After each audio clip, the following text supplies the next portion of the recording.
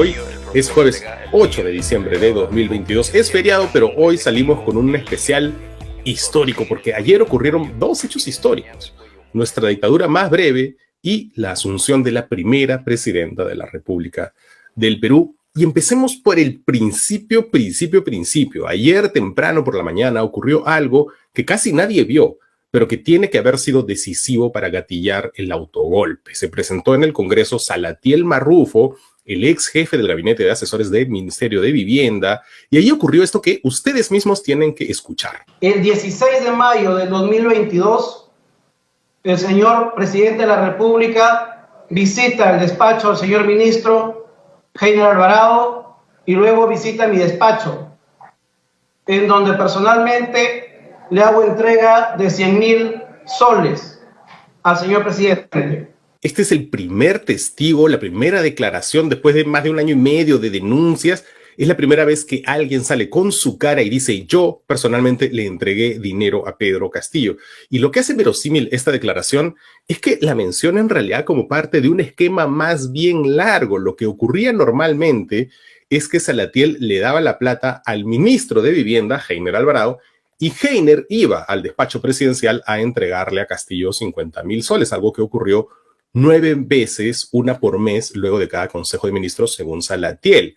Pero en este caso en particular, hay un día en el que él mismo se encargó de entregar el dinero. Además, Salatiel dijo ayer que él le entregaba 60,000 soles mensuales a la hermana del presidente, Gloria Castillo Terrones, para que ella lo reparta entre todos sus hermanos. Esto ocurrió 8 veces, de las cuales 6 fue el propio Salatiel quien hizo la entrega él en persona.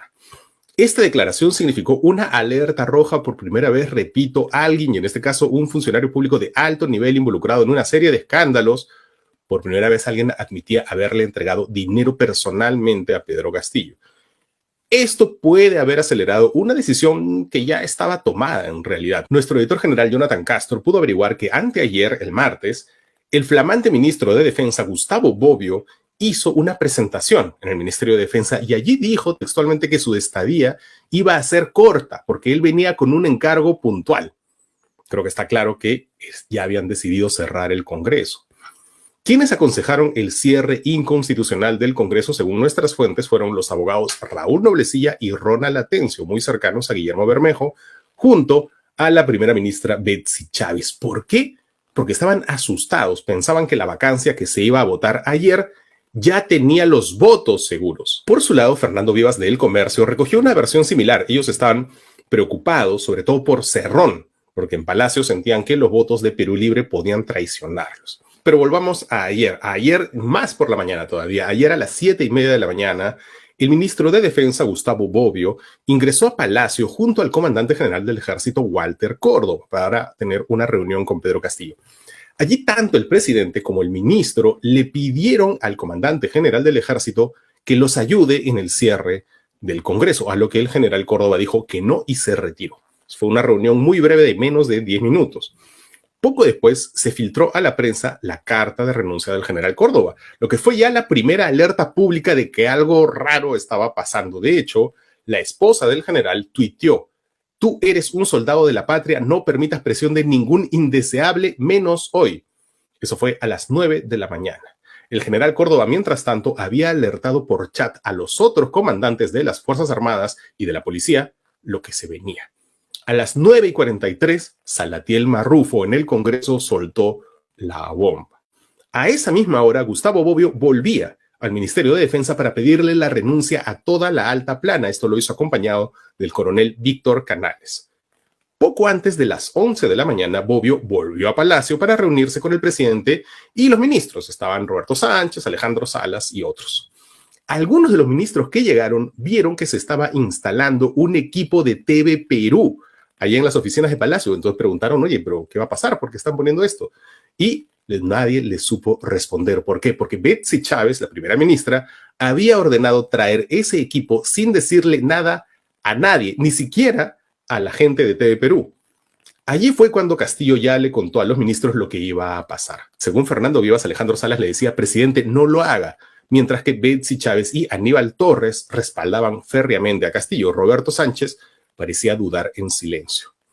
Más o menos como a las 11:40 de la mañana, finalmente Castillo apareció en vivo, mensaje a la nación, leyendo unos papelitos que temblaban en su mano. No hubo tiempo de preparar un teleprompter. Algo interesante de su mensaje es que repitió muchas veces las mismas palabras de Aníbal Torres, exactas, que la prensa es mercenaria, corrupta y cínica, que difama, injuria y calumnia, las mismas palabras exactas. Queda claro quién lo ayudó a escribir ese mensaje. Este anuncio de autogolpe parecía calcado del de Fujimori en el 92, porque Castillo, ojo, no solo quiso disolver el Congreso, es algo que sus partidarios han repetido mucho porque saben que la gente odia al Congreso y quieren que se centren las miradas en eso nomás, pero no. Castillo también anunció que iba a intervenir y reorganizar todo el sistema de justicia, Poder Judicial, Ministerio Público, Junta Nacional de Justicia y Tribunal Constitucional. Un sistema de justicia, hay que decirlo, que él lo estaba investigando. Castillo también quiso que el nuevo Congreso sea constituyente, que elabore una nueva constitución en 9 meses mientras él gobernaba por decretos ley y se ejecutaba un toque de queda desde las 10 de la noche hasta las 4 de la mañana. Todo fue tan improvisado que ni siquiera la familia de Castillo estaba a buen recaudo cuando él leyó el mensaje.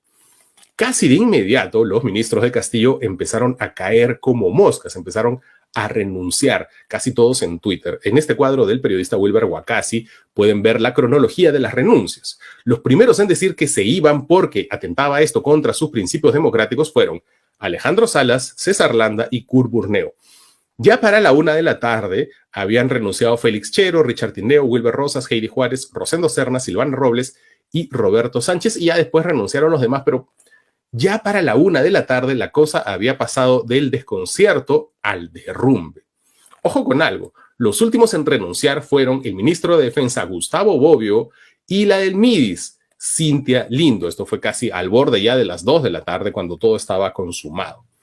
Betsy Chávez también renunció, pero a diferencia de la mayoría de sus ministros, en la carta no mostró ninguna discrepancia con esta decisión anticonstitucional. Renunciaron hasta los abogados de Castillo, Benji Espinosa y ya avanzada la tarde, Raúl Noblecilla. Mientras tanto, absolutamente todas las instituciones rechazaban el golpe. La Fiscalía de la Nación, la Junta Nacional de Justicia, el Tribunal Constitucional, la Procuraduría, los organismos electorales y además, muy importante, la Embajada de los Estados Unidos. Ya, pero ¿cómo así Castillo terminó siendo detenido por sus propios escoltas? Se terminó de inclinar ayer contra Castillo cuando el Comando Conjunto de las Fuerzas Armadas y de la Policía emitió un comunicado en el que daban la espalda a Castillo diciendo que cualquier acto contrario a la Constitución genera el no acatamiento por parte de las Fuerzas Armadas y la Policía Nacional. ¿Qué había pasado? Vayamos a alrededor del mediodía. Pedro Castillo acaba de dar su mensaje y los comandantes generales se reúnen en la sede del Comando Conjunto para tomar una decisión. Por la mañana, inicialmente, cuando se habían enterado por chat, creían que lo que le había pasado al general Córdoba era solo una bravuconada de Castillo, que iba a retroceder, que no se iba a atrever, porque era efectivamente pues demasiado absurdo. Como les hemos contado en este programa, durante el fin de semana, el último, hubo una crisis precisamente porque el ministro de Defensa anterior había sondeado entre ellos qué harían si el gobierno cerrase el Congreso de forma unilateral, y tendría que haberle quedado claro a Castillo en ese momento que no iba a tener el respaldo de las Fuerzas Armadas. Bueno, sin realmente explicarse cómo es que Castillo había dado ese mensaje y pretendía llevar a cabo lo que había anunciado, ellos igual redactaron su comunicado y lo lanzaron a la 1:32 de la tarde. Para entonces el Congreso ya había adelantado la hora de la votación de vacancia, que como recordarán, estaba programada para ayer a las 4 de la tarde. La sesión empezó entonces a las 1:15 y en menos de media hora ya habían vacado a Castillo con 101 votos a favor, 6 en contra y 10 abstenciones.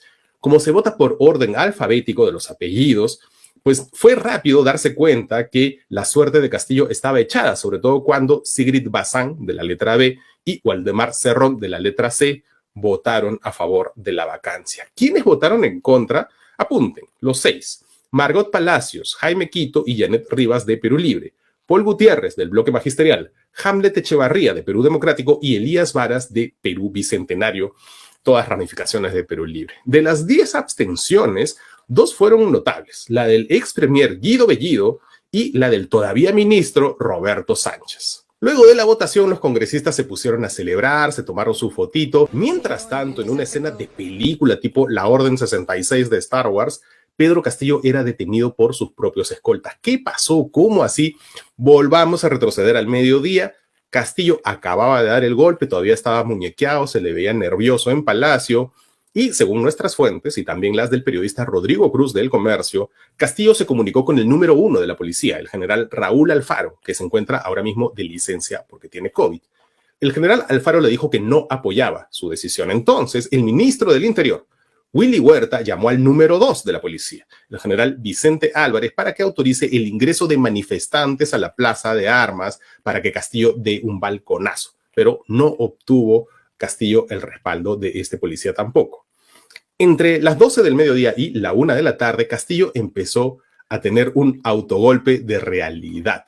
Todos le renunciaron, nadie le obedecía, había gente que ni siquiera le respondía el teléfono y a la 1:15 vio cómo se iniciaba la votación en el Congreso y vio los votos. Bazán, Cerrón. Entonces, a la 1:33 de la tarde, Castillo salió por la puerta trasera de Palacio junto a su ex primer ministro Aníbal Torres y su comitiva de seguridad del Estado. Le dijo al chofer que lo lleve a la Embajada de México.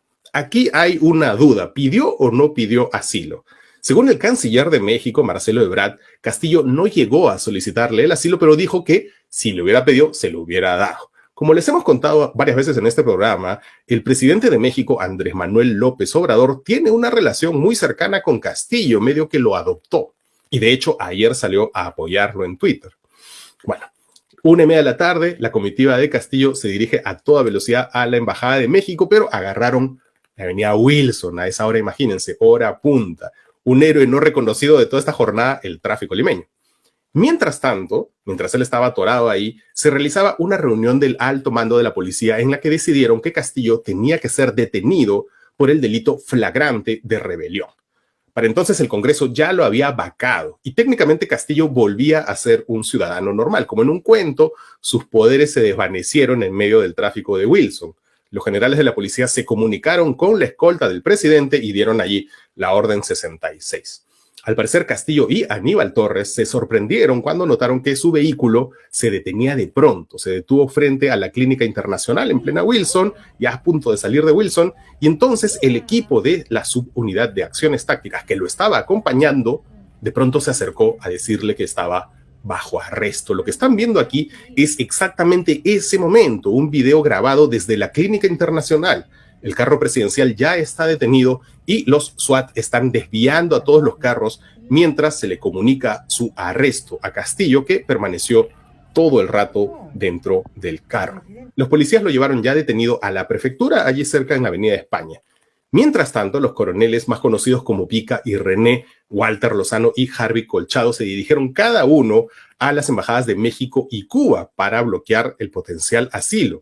Pero de hecho no iban a tener mucho trabajo porque la misma población se había pasado la voz y había bloqueado el acceso a la Embajada de México. Cuando Castillo ya estaba detenido, Pica y René fueron a la prefectura a tomarse esta foto con su presa. No es la primera vez que lo hacen. Hace 10 años se tomaron una foto similar cuando capturaron al camarada Artemio.